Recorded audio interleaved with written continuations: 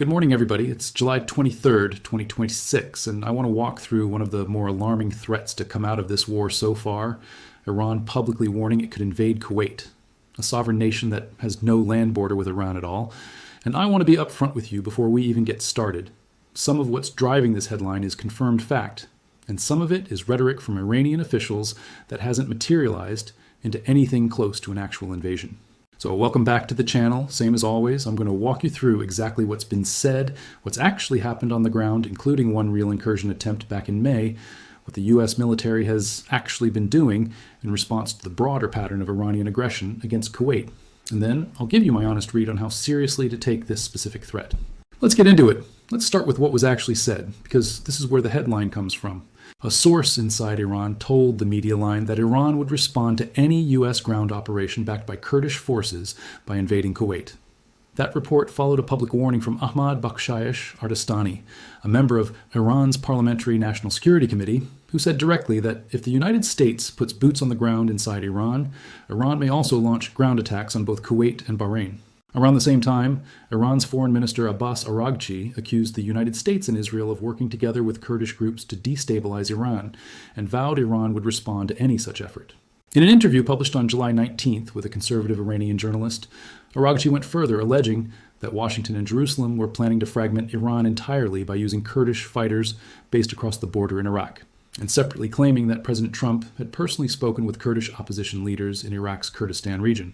He even alleged that Iran's exiled former Crown Prince Reza Pahlavi had reached some kind of agreement with Israel under which Pahlavi would govern central Iran if the current government collapsed. I want to flag that last claim specifically as unverified and worth real skepticism.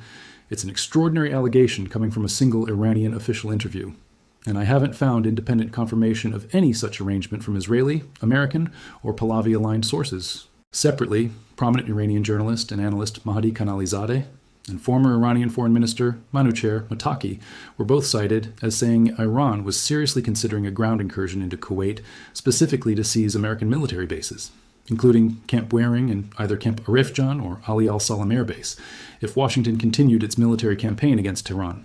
I want to be extremely clear about something here, because I think it's the single most important piece of context for this entire story. No official Iranian invasion order has been publicly confirmed anywhere, and there is no verified report of Iranian ground forces actually beginning any such operation. What we have confirmed is rhetoric, escalating rhetoric from multiple Iranian officials and analysts, but rhetoric and an actual invasion are two very different things, and I think a responsible breakdown of this story has to hold that distinction firmly, rather than blur it together for the sake of a more dramatic headline. That said, this rhetoric isn't coming out of nowhere, and I want to walk you through the actual verified kinetic history between Iran and Kuwait during this war, because it gives the invasion threat a level of credibility it wouldn't have in a vacuum. Going all the way back to February 28th, when this war began, Iran started launching a sustained series of retaliatory strikes on American and Kuwaiti targets inside Kuwait. The United States Embassy in Kuwait City was likely hit by an Iranian missile strike early in the conflict. Camp Canada, a Canadian military position located within Ali al-Salam Air Base, was struck by Iranian missiles, with Canadian soldiers taking shelter in bunkers and satellite imagery, later showing damage to those bunkers, though no casualties were reported in that specific incident. Kuwait's Ministry of Defense reported that 67 Kuwaiti service members were wounded over the course of the conflict. And Kuwait's Interior Ministry separately reported the deaths of 2 border guards in a dawn incident. A missile attack targeting a makeshift operations center near the civilian port of Shuaiba killed 6 American soldiers and wounded dozens more, with 38 of the wounded requiring hospitalization. In one of the more unusual incidents of the entire war, a Kuwait Air Force F-18 shot down 3 American F-15Es in a friendly fire incident, though thankfully the American aircrew survived. Kuwait's Ministry of Electricity, Water, and Renewable Energy also reported a fire at the Subiya power station caused by drone debris. And separately, a child died from injuries after drone debris fell on a residential area, which is one of the more painful individual casualties to come out of this entire front of the war. Then, on May 1st, something happened that I think is actually the single most important verified data point for evaluating how seriously to take this invasion threat, because it's the only confirmed instance of Iranian personnel physically crossing into Kuwaiti claimed territory during this entire conflict. Iran allegedly dispatched 6 Islamic Revolutionary Guard Corps troops to Bubiyan Island, a strategically sensitive port zone near the Iraqi frontier that belongs to Kuwait. Kuwaiti armed forces exchanged fire with the infiltration team, wounding 1 Kuwaiti soldier and captured 4 of the 6 IRGC operatives, while the remainder fled. This happened during what was technically a ceasefire period in the broader war, which makes it an even more significant data point, because it suggests at least some elements within Iran's military apparatus were willing to conduct unauthorized or semi-authorized incursions onto Kuwaiti territory, even while official diplomatic channels were nominally still functioning. Iran subsequently denied the incident constituted a hostile act at all, which is itself a strategically telling response. It shows Iran's preference for maintaining plausible deniability even after a kinetic operation that objectively failed on the ground, a pattern that's consistent with how Iran has approached a lot of its regional operations throughout this war, more broadly. I want to spend a minute on why Kuwait specifically has become such a persistent target throughout this conflict, because it's not just about proximity. Kuwait hosts several major American military installations, including Camp Buehring, Camp Arifjan, and Ali al-Salem Air Base, facilities that Gulf strategists have sometimes described as making Kuwait function like an unsinkable aircraft carrier for American power projection into Iraq and the broader West Asian theater. That basing relationship is precisely why Kuwait, despite having no direct military conflict with Iran of its own making, has absorbed strike after strike throughout this war. And it's also exactly why an Iranian ground incursion aimed specifically at those bases would carry such outsized strategic weight if it ever actually happened. Seizing or even briefly threatening American installations on foreign soil would represent an enormous escalation beyond anything either side has done so far in this conflict, well beyond missile and drone strikes on facilities from a distance. Let's talk about the most recent wave of fighting, because it gives you a sense of how this specific week fits into the broader pattern. Iran and the United States exchanged strikes for a 12th consecutive night, as of this week. And during the latest round, the Houthis, an Iran-aligned group based in Yemen, targeted Saudi ships, adding yet another actor and another front to an already sprawling regional conflict. The United States struck Iranian targets, and Iran's military fired missiles at American allies across the region, continuing the exact pattern we've discussed on this channel repeatedly. When the U.S. strikes Iran directly, Iran responds not by confronting American forces head-on, but by striking American allies and partners throughout the Gulf instead. Kuwait's military said it was responding to renewed Iranian missile and drone attacks on July the 20th, describing its air defenses as actively confronting hostile missile and drone attacks. An air raid siren sounded simultaneously in nearby Bahrain, according to that country's interior ministry. I also want to bring in something that connects this Kuwait threat directly to a story I covered on this channel just a couple of days ago, the Kurdish front along Iran's western border. Remember, the specific trigger cited in the most recent Kuwait invasion warning wasn't just general American strikes, it was explicitly conditioned on the possibility of a U.S. ground operation backed by Kurdish forces. That's a really important detail because it tells you Iran's leadership views the Kurdish question and the Kuwait question as directly linked in their own strategic calculus. They're treating any American-supported Kurdish ground offensive inside Iranian territory as a red line serious enough to trigger a completely different kind of retaliation. A ground invasion of a third country that isn't even directly involved in the Kurdish dispute at all. Whether that's a credible threat or largely rhetorical positioning meant to deter the US and its allies from actually greenlighting that kind of Kurdish operation, which, as we discussed in the last video, Turkey has already been pushing hard against, is something I'll give you my honest take on in a minute. Now, let's talk about the US military response, because this is where the video title comes from. And I want to be precise about what's actually confirmed here rather than implying a specific dramatic counterstrike that directly targeted the invasion threat itself, because I haven't found evidence of one specific isolated American response tied directly to the Kuwait invasion rhetoric. What is confirmed is the broader pattern of American military activity that's been running in parallel with these threats, and I think understanding that broader campaign is actually more useful than looking for a single dramatic response, because it shows you what deterrence actually looks like in a war like this one. Just days before these Kuwait invasion warnings became public, Central Command had struck more than 80 separate Iranian military targets in a single night, explicitly framed as efforts to degrade Iran's ability to threaten freedom of navigation and to punish continued aggression against commercial shipping and against Gulf allies. The Trump administration simultaneously reimposed sanctions on Iranian oil sales as a form of economic punishment layered directly on top of the military pressure.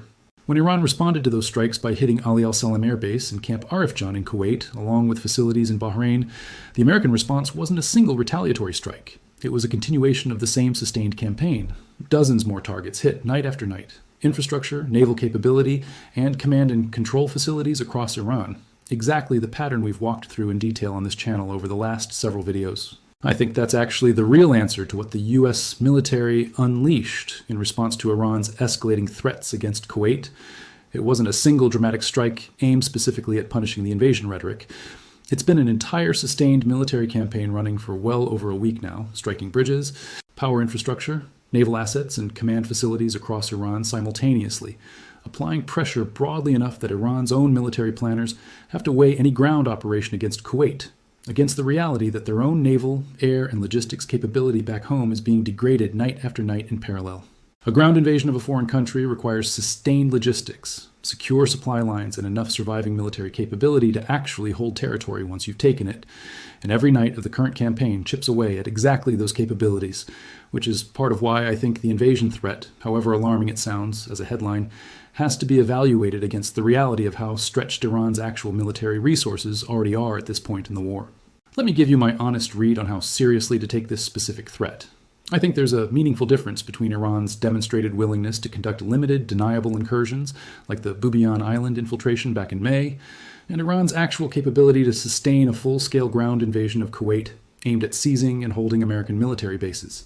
The Bubiyan Island incident involved 6 troops and ended in failure within what appears to have been a fairly short engagement, 4 captured, the rest fleeing, 1 Kuwaiti soldier wounded.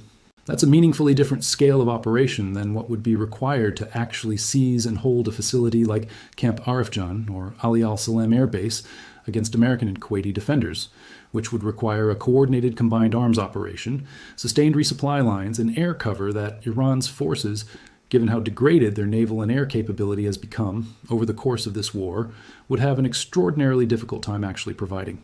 I think the far more likely scenario, and I want to be clear, this is my own analysis rather than anything confirmed, is that this rhetoric functions primarily as a deterrent signal aimed at Washington, rather than a genuine operational plan. Iran intends to execute regardless of circumstances. By publicly floating the idea of a Kuwait invasion specifically tied to the Kurdish ground operation scenario, Iran's leadership may be trying to raise the perceived cost of that specific American option high enough to discourage Washington from actually greenlighting it, essentially using the threat of a dramatic, destabilizing escalation to deter a different escalation they're more worried about. That's a common enough pattern in this kind of asymmetric conflict, threatening a disproportionate response specifically to deter the other side's most dangerous option, even when the actual capability to follow through on that threat is genuinely limited. That said, I don't think it's responsible to dismiss this threat entirely either, because we do have one confirmed data point of Iranian personnel physically crossing into Kuwaiti territory earlier this year. And a military that's willing to attempt even a small, deniable incursion. Is a military that hasn't ruled out ground operations as a tool entirely, even if a full-scale invasion remains a much larger and much less likely step. I think the honest answer here is that this threat sits somewhere between empty rhetoric and a credible near-term plan, closer to the rhetoric end given the demonstrated gap between Iran's stated ambitions and its actual operational capability so far in this war, but not something that should be dismissed entirely given the precedent already set at Bubiyan Island. I want to get into the global roundup section here because there's important regional context tying this directly to the broader war. Kuwait has now become one of the most consistently targeted American allies throughout this entire conflict, absorbing strikes and now invasion rhetoric despite having essentially no direct role in the underlying dispute between Iran and the United States beyond hosting American bases. Bahrain has faced a similarly persistent pattern of Iranian retaliation, with air raid sirens becoming a near nightly occurrence in recent weeks. Qatar, notably, has largely been spared direct Iranian strikes in recent days, which the CNN live coverage attributed to Qatar's relatively friendlier relationship with Iran and its ongoing role as a key negotiator throughout this conflict. A reminder that Iran's targeting decisions throughout this war have not been purely reactive. They've reflected a deliberate calculation about which regional relationships are worth preserving, even in the middle of active hostilities. And the Houthi strikes on Saudi shipping this week add yet another dimension entirely, showing how this conflict, which started as a dispute over Iran's nuclear program in the Strait of Hormuz, has increasingly drawn in Iran's broader network of regional proxies and aligned militias, expanding the map of this war well beyond just Iran and its immediate Gulf neighbors. Let me also address the broader strategic picture one more time, because I think it connects everything we've covered on this channel over the past several videos into a single coherent story. This war started with a decapitation campaign against Iran's top leadership back in February. It continued through a systematic effort to degrade Iran's naval and command capability.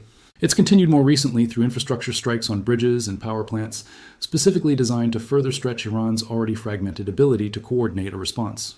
And now, layered on top of all of that, you have a Kurdish insurgency along the western border forcing Iran to divert resources there, and Iranian officials responding to that pressure by threatening an entirely new front, a ground invasion of Kuwait, as a kind of escalatory pressure valve.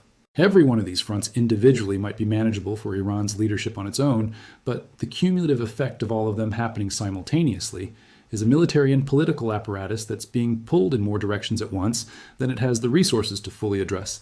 And I think that overstretch, more than any single dramatic threat or strike, is the real story of how this war has evolved over its first several months. Before I wrap up, I want to address something directly, because I think it's important for you to walk away from this video with an accurate sense of risk, rather than either panic or dismissal. A headline that says Iran threatened to invade Kuwait is technically accurate. Iranian officials and analysts have said exactly that.